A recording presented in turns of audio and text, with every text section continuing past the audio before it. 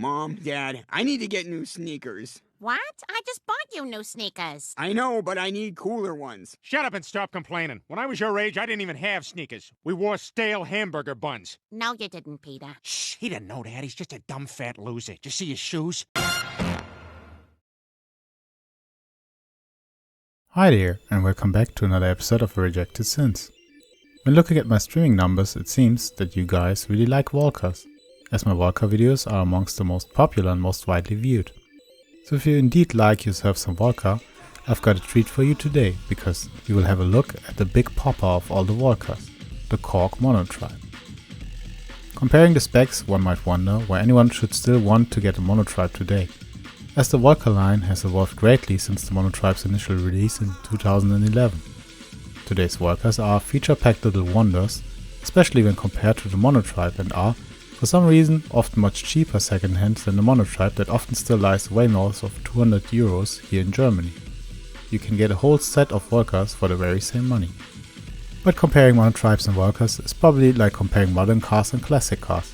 Sure, these old-timey cars neither have any modern gimmicks, nor are they even nearly as performant as modern cars, but people still spend silly money on them and love them like, or sometimes even more than their own children. Just like some old cars, the Monotribe seems to have developed a very dedicated fanbase that keeps on pushing the boundaries of what it can do by hardware hacks and mods.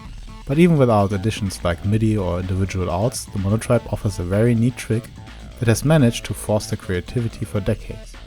Very strict limitations.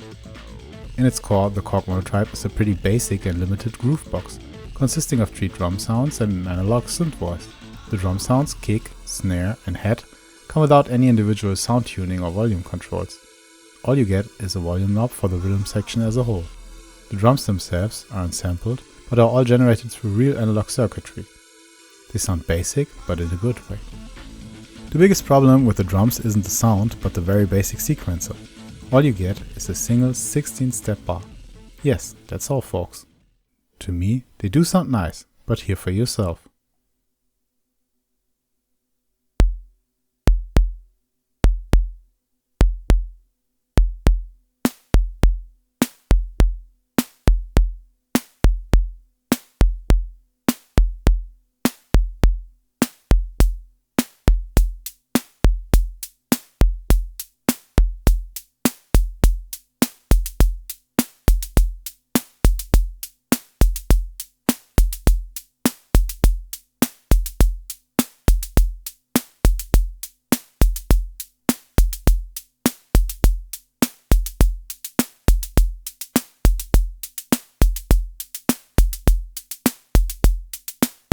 To spice things up just a little bit, you can use the gate time knob to create drum rolls.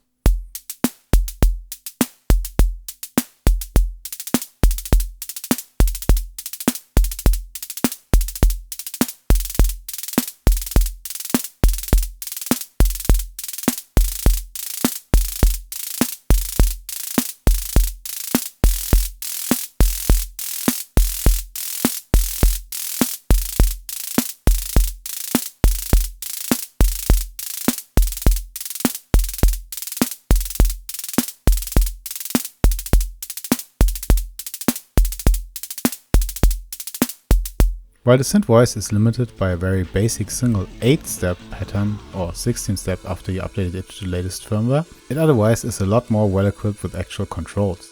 There's an octave select switch that comes in handy when you set the tiny ribbon keyboard to key mode. You can pick from 3 waveforms, saw, triangle and square. And there's controls for cutoff and resonance, or peak as it is called here. You can set the volume and add noise, and there's a basic envelope switch. There's also a dedicated LFO section for the synth voice. You can set VCO, VCF for both as target, set the LFO mode, the waveform of the LFO to saw, triangle or square, and of course set rate and intensity of the LFO. While we're at it, let's also take a peek at the back. Here we'll find the power switch as well as the power connector for the power adapter. There's an audio in, a full-size audio out, as well as a 3.5mm headphone. It should be mentioned here that, like all of the later volcas, the Monotribe has a built-in speaker, which doesn't actually sound too bad. Finally, there are sync ins and outs that you know from the volcas, and yes, the Monotribe can be synced to volcas this way. Now, let's listen to some pure synth sounds and what all of these controls actually sound like. The overall sound reminds me of the Doepfer MS404, which is not a bad thing at all, as the 404 is a classic in its own right. So here we go.